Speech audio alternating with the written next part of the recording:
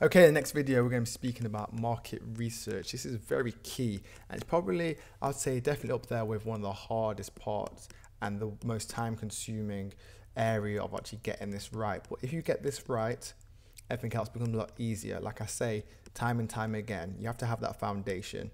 When you build a house, you build that foundation from the bottom and you can build a nice, beautiful house. This is going to be the same situation here. You get the market research done correctly, and you're going to be able to build a beautiful store, which is hopefully going to bring in money for you as well. So the criteria for market research and finding a great product or products to sell via your store are high converting products.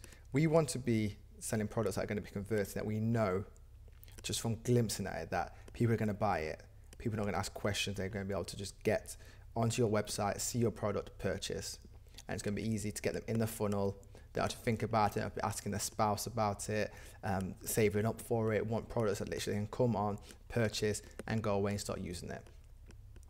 Want products that are going to have lower chance of returns. And the reason I say is, of course, you're going to get returns, people returning products to you because they don't like it. It doesn't fit, for example, it was the wrong color. But you want to reduce that as much as possible. Like I say, the whole point of dropshipping, and at the same time, the whole point of having an e-commerce store is to have less stress on you. Obviously, at the start, it's going to be all gun-ho, you're going to be going for it, but you want to be able to reduce as much as the stress, as much of the hassle as possible. And one of these is for lowering your chance of returns. And if you look at some products, for example, like liquid products, they could leak out, a product that doesn't work, electronics, for example. You want to reduce this as much as possible. So these are just ideas start having in your head now when it comes to doing your market research. And again, including this is less need for customer services. So we want to be able to, again, like I said, the customer to be able to come via whatever traffic method we've sent them to the website. They can look at the product, the information is all there, and they can purchase. Because some products, you got to remember, it does require customer service, whether it's a very high-end product or a unique product. Customer service will need to get involved in us to give advice on how it works or how you can purchase it, how you can deliver it, how long it will take. But we want to basically narrow it down as much as possible. Again, you will need customer services. We have your live chat, you'll have a contact number for you, but you want to reduce it as much as possible, so it'll be less overhead, less time you're spending on the phone and on emails as well, and more times you're actually putting in marketing and actually selling your product. And this is what I want to mention loud and clear from the get-go, guys. There are no perfect products or niches out there. Okay, that is just fact. Some people just dwell too much on trying to look for the perfect opportunity when it comes to finding a product or something that no one's selling. Same with their niche as well. But believe me or not, guys, it's a big internet now. The big wide web is growing. There's going to be competition out there, and competition is good. So if you can find a product that someone else is selling, that means it is selling. You do not want to be reinventing the wheel. There is no need for it. And same with niches as well. People are not inventing new niches. There may be sub-niches that are coming along, but at the same time, niches are there. You just want to get involved within the niche, get your product, and start to sell it. Don't overcomplicate it, guys. That's the main thing with market research, which a lot of people go wrong. And if you go wrong from this start here, it's going to be a rocky slope onwards from there. And at the same time, I thought I'd like to add this picture in here. Research takes a lot of time. You will be pulling your hair out, you'll be stressing out, you'll be asking a lot of questions probably in the group about research. It does take time. And it's just like anything. The more you do it, the more you get better at it. Like for me now, if I want to look for whether it's a product or whether it's a new supplier, I know that literally where to go, where to look for it. But if you've not done it before, it's going to take time. Same with anything. If you're trying to learn a new language, it takes time to begin with, but then you become fluent in it. This is exactly the same. So don't be stressing too much. I know you're going to probably have sleepless nights picking, thinking, shall I pick product A, shall I pick product B, shall I pick market A, shall I pick market B, and so forth. But you don't want to worry too much about it. Don't let it stress you. Don't let it get on top of you too much. Just pick a product and go with it. So the niche. We do not need to be selling within a niche. And that sounds kind of like a cliche of what I already spoke about right now. But the reason I say this is because we want to categorize it down as much as possible. So instead of being in the pet industry, we want to basically narrow it down to small dog accessories.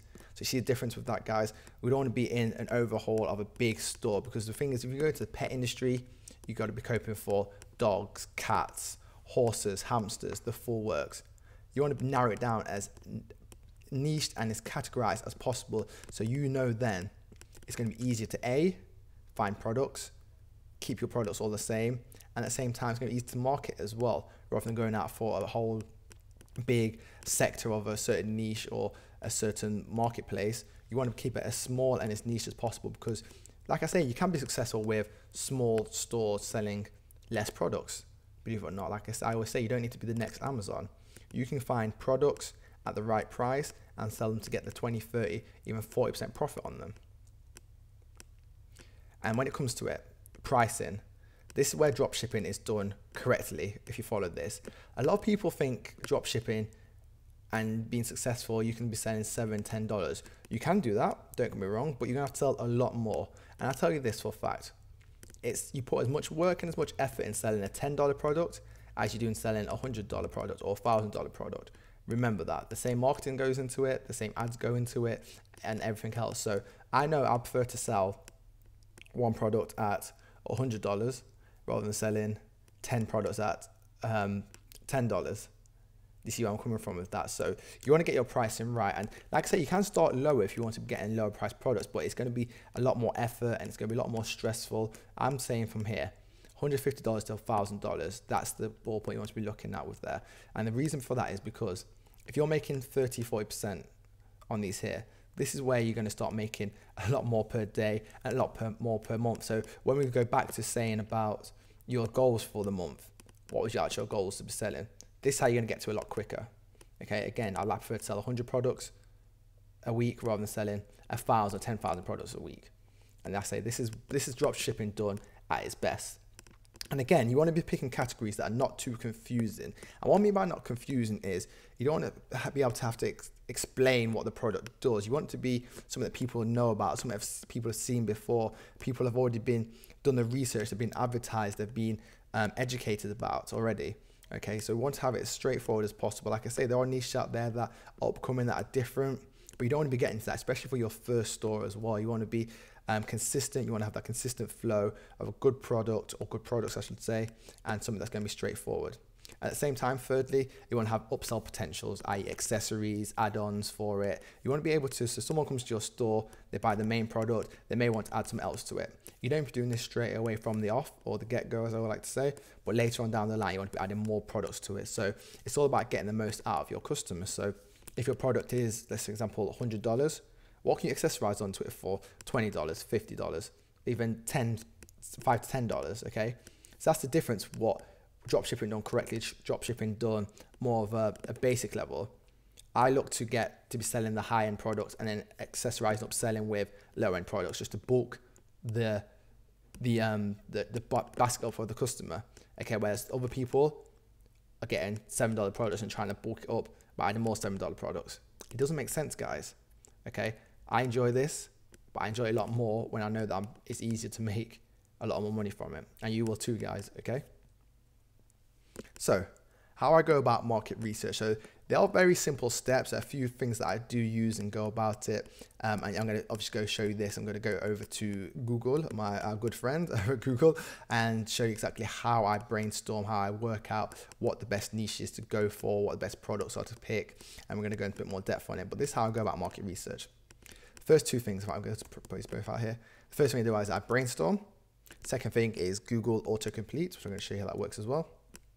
And these are things I use. Google Trends, perfect. It must be used if you are looking for a product, because even though your product meets the criteria of being between $100 and $1,000, being not confusing to the customer, have upsell potential. If your product or the niche you're looking for is on a downhill spiral, there's no point selling it.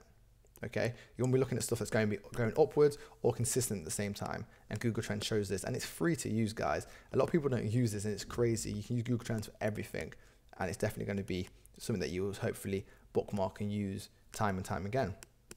eBay is so underrated for marketing and even selling on, but there's so much research you do on eBay, and alone now I pretty much can go to eBay and find products to sell, because it's so easy to actually look at a product, look at the pricing of it, and at the same time find suppliers on eBay, people who are selling it, and you can obviously team up with them, let them drop ship to you as well. We won't go into too much detail about that right now, but eBay is so great and so easy to do your market research.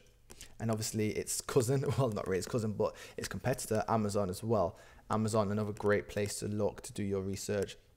You can't go wrong with these two, eBay and Amazon. Once you start to put these into play, like I say, it will take time, guys. It will be probably a bit slow to begin with. I'm going to take it step by step for you guys. Once you start to know the ins and outs, how to use these two for your market research, everything becomes a lot easier. Google itself as well.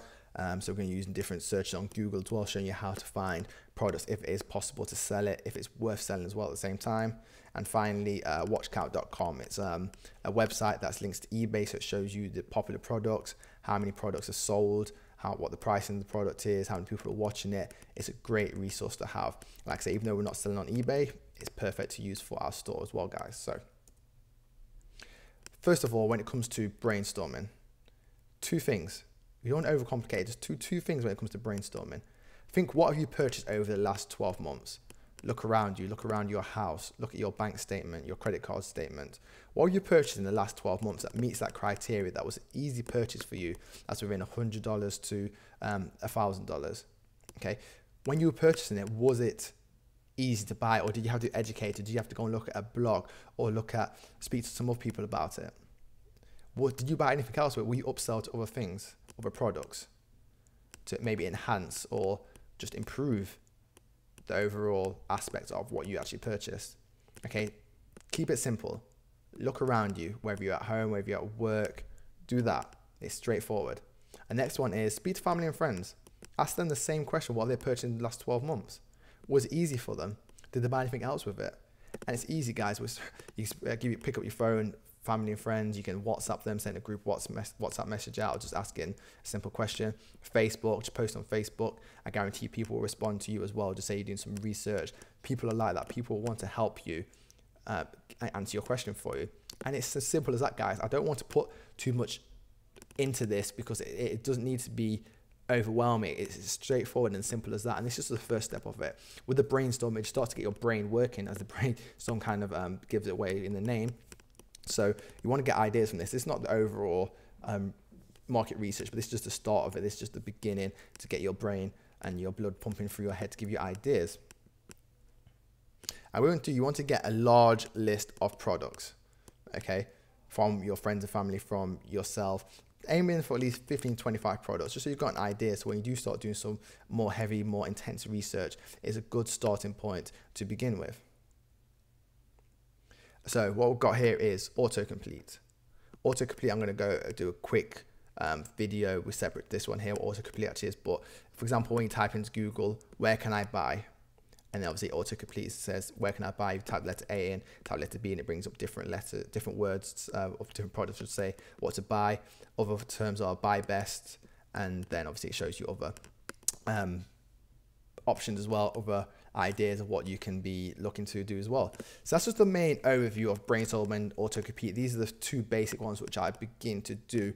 In the next few videos, I'm going to go into autocomplete, just a brief video on that, and in the other video as well, we're going to go and actually dig deep into actually what I do when I'm beginning to do my market research. You can obviously join along with that as well, guys, and take it step by step. It's going to be a very in-depth video. And until then, guys, start brainstorming, start looking at autocomplete, and obviously look at the next video. I look forward to speaking to you very soon. Take care.